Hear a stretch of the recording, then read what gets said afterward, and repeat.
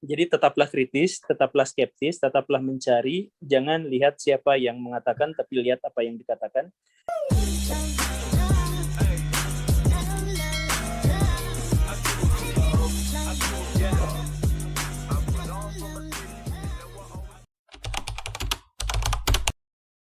Ya, bismillahirrahmanirrahim.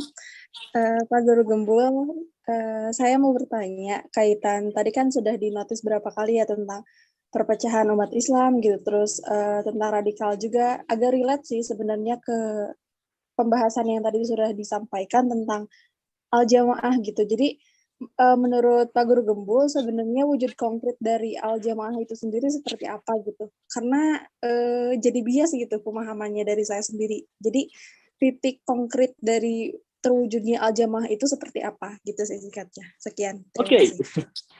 Ya, karena kita sekarang jadi bias karena kebanyakan orang tidak mau berjamaah. Jadi prinsip berjamaah itu sederhana. Seperti yang saya sampaikan tadi, di dalam Islam beda pendapat boleh, pecah belah haram seharam-haramnya. Apapun yang terjadi, pecah belah itu haram. Sekarang ada kelompok-kelompok yang mengatakan pecah belah itu fitrah. Karena umat muslim sudah akan terpecah jadi 73 golongan. Ya, gak gitu. Kesalahan itu adalah fitrah, tapi kita tidak boleh melakukan itu. Jadi misalkan begini, kita pembunuhan itu selalu akan terjadi, tetapi bukan berarti kita membolehkan ada orang yang membunuh, kan seperti itu ya. Jadi maksudnya, di dalam Islam itu, berbeda pendapat itu sangat boleh. Kita berbeda pendapat satu sama lain boleh. Yang penting apa? Kita harus kompak ada dalam satu kesatuan, satu jamaah, solidaritas. Kita tetap harus mendukung satu sama lain. Kita harus ada dalam satu nilai yang luhur yang sama, yaitu apa? Tauhid. Begitu. Jadi, misal begini, boleh kita masuk ke HTI, boleh kita masuk ke Wahabi, ke PKS, ke kelompok JIL misalkan, ke Gus Dur, ke apa-apa, untuk menuntut ilmu, boleh. Kemudian untuk membuat, tetapi ketika di sana kita akhirnya tidak mau ketemu sama ustadz yang lain, di situ radikal, di situ yang terlarangnya. Jadi kita tetap ada dalam satu jamaah, kalau kita masuk NU, misalkan, tapi kita baikan sama orang Muhammadiyah. Itu berarti kita ada dalam satu jamaah yang sama, yaitu jamaah Islamiyah. Tetapi kalau kita sudah tidak mau menganggap yang itu sesat, yang itu kafir dan sebagainya, tidak bisa. Lah, tapi kan itu pernyataannya benar-benar salah. Ya, kalau pernyataannya benar-benar salah, ya sebut aja pernyataannya salah, bukan orangnya yang salah. Misalkan kemarin Buya Syakur menganggap bahwa bahwa Siti Khadijah itu Kristen. Saya, misal ya, terbuka kemungkinan pendapat untuk itu. Dan anggaplah ada pernyataan yang salah ketika misalkan menganggap bahwa di dalam Ka'bah itu ada gambar Yesus, misalkan. Buya Syakur mengatakan seperti itu, kemudian saya mengatakan saya tidak setuju. Nah, kalaupun saya tidak setuju, saya tetap menghargai itu, tetapi ketika itu tidak setuju, misalkan itu salah gitu, misalkan itu sesat, misalkan. Ya, sesat itu pendapat pada bagian itunya, bukan orangnya secara keseluruhan. Quraisy Shihab menyatakan jilbab itu gak wajib. Saya mengatakan jilbab itu wajib. Saya katakan orang yang tidak mengatakan jilbab itu wajib itu salah, itu sesat. Tapi pada bagian pendapat yang itunya, jadi orangnya saya tidak akan menganggap orang itu sesat, saya tidak akan menganggap orang itu salah, karena ada lebih banyak ilmu dan pengetahuan yang bisa didapat dari beliau. Begitu. Jadi tetap ada dalam satu jamaah, tetap ada dalam satu kesatuan, tetap ada dalam satu solidaritas, tidak berprasangka buruk terhadap orang-orang yang mengucapkan dua kalimat syahadat. Kalaupun ada yang berbeda pendapat, yang sesat, pada pendapat itu saja. Kita sempitkan pada pendapat itu saja, pendapat-pendapat yang lain terbuka kita untuk menerima atau menolaknya. Jadi Islam al-jamaah itu adalah Islam yang seperti itu.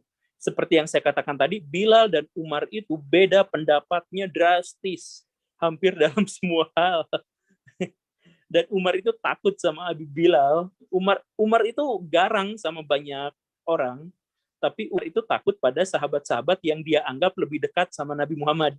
Jadi sama Bilal itu Umar takut, sama Ali itu Umar takut, sama Abu Bakar Umar itu takut, sama Khalid bin Walid misalkan Umar itu bisa sangat tegas ngelawan gitu. walaupun Khalid itu kan pamannya sendiri. Kenapa seperti itu? Nah, ya maksudnya gini, walaupun mereka berbeda-beda pendapat, tapi mereka tetap ada dalam satu kesatuan, ada dalam satu jamaah. Begitu. Semoga tidak lagi bias ya. Jadi kita bedakan antara berbeda pendapat dengan berpecah belah. Oke? Okay?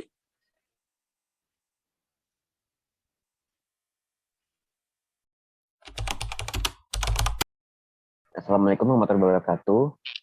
Izin bertanya pada Guru Gembul. Saya izin menyinggung pada kajian sebelumnya pada bab 2 yang mengenai materi tersebut. Di situ kan Guru Gembul mengatakan bahwa terkadang untuk zaman sekarang ini banyak ustadz-ustadz atau guru-guru yang pendapatnya atau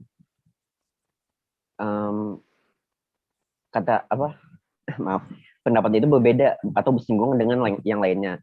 Sedangkan kita sebagai umat muslim sendiri yang masih belajar tentunya masih sangat sulit untuk membedakan mana untuk mengikuti ustadz yang mana yang sebaiknya patut dicontoh.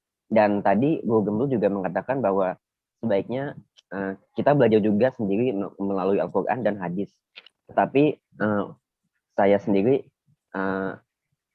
pernah mendengar bahwa kita masih membutuhkan guru untuk mengkaji Al-Quran dan hadis karena isinya masih tidak bisa dipahami jika kita tidak memiliki ilmu gitu Ustaz. Jadi sebaiknya bagaimana cara kita memilih guru yang benar untuk diikuti, yang mengikuti prinsip Islam yang sebenarnya gitu. Terima kasih Ustaz. Oke, nah jadi begini.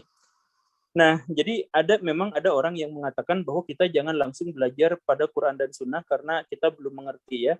Nah, ini adalah pernyataan dari orang Kristen abad pertengahan. Jadi orang Kristen abad pertengahan dulu menganggap mengeluarkan fatwa bahwa orang Kristen itu nggak boleh baca Alkitab karena nggak akan dimengerti. Harus ikut ke ulamanya. Maka akhirnya peradaban mereka kacau, runtuh, hancur. Dan ini juga adalah pernyataan dari orang-orang Hindu tahun 500 sebelum Masehi yang mengatakan Weda itu jangan dibaca sembarang orang, nanti akan menyesatkan, mendingan ikut ke pendetanya. Akhirnya mereka tidak maju-maju peradabannya. Al-Quran itu sudah jelas menyebut bahwa ini hudalinas, hudalil mutakin. Jadi ini adalah petunjuk bagi manusia, petunjuk bagi orang beriman. Artinya Al-Quran itu bisa dipahami seluruh manusia, kecuali dalil detail-detail kecil. Siapa mufasir paling terkemuka di dunia Islam? Imam Ibnu Jarir At-Tabari. Gak ada mufasir yang gak kenal dia, itu mustahil. Karena dia adalah rajanya para mufasir. Nah, Imam Ibnu Jarir At-Tabari itu dalam tafsirnya itu mengatakan bahwa sebagian besar ayat di dalam Al-Quran itu bisa dipahami semua orang tanpa kecuali. Sebagian besar. Sebagian kecil itu hanya bisa ditafsirkan oleh Nabi Muhammad. Dan sebagian kecil lagi itu hanya Allah yang tahu. Jadi kayak alif lam mim gitu ya, itu hanya Allah yang tahu. Tetapi intinya sebagian besar itu bisa dipahami oleh setiap orang karena mukjizat Al-Quran itu adalah dia bisa dipahami dari orang yang gelandangan sampai profesor. Ngerti. Itu mukjizat Quran. Jadi kalau ada yang sampai mengatakan jangan belajar Quran langsung, nanti akan sesat, harus ada gurunya, itu menurut saya adalah yang radikal tadi itu. Karena pun sudah dijamin sama seluruh ulama mazhab, semua tanpa kecuali baca Quran dulu. Kalau sudah baca Quran, ada yang nggak ngerti, tanya saya. Oke? Jadi jangan dibalik, jangan kita dengar Quran Sunnah dari Ustadz, jangan. Baca dulu Quran, baca dulu Sunnah. Kalau kita nggak ngerti, tanya sama Ustadz itu. Begitu, karena sudah ada jaminannya di dalam Quran dan Sunnah. Begitu. Terus apa lagi ya? Nah, jadi kalau misalkan ada, jadi saya sarankan kalau misalkan saya bingung kita harus ikut Ustadz yang mana. Kata Nabi Muhammad, suatu hari nanti umat muslim itu akan pecah belah. Nah, terus sahabat nanya, nanti kami ikut kemana? Nabi Muhammad bilang, jangan ikut kemana-mana. Jangan pernah ikut kemana-mana, jangan masuk ke dalam kelompok apapun, gitu. Maka ya saya sarankan beginilah, kalau Baraya mau, silahkan Baraya punya guru. Tapi kalau misalkan Baraya kesulitan untuk memilih mana guru yang benar, mana yang salah, pelajari aja semua guru, semua, lalu pilih mana yang menurut Baraya terbaik. Itu saran. Tapi kalaupun itu masih tidak mau, itu pun susah, maka beli Quran terjemahan, beli hadis terjemahan, baca sedikit-sedikit, kalau tidak tahu, tanya guru, atau searching, atau apa. Karena sekarang banyak guru juga yang nggak tahu kan. Gitu. Ya, semoga dipahami ya. Seperti itu.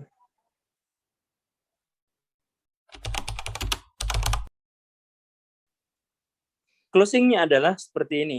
Siapapun yang terlalu percaya dengan apa yang saya katakan barusan, dia radikal.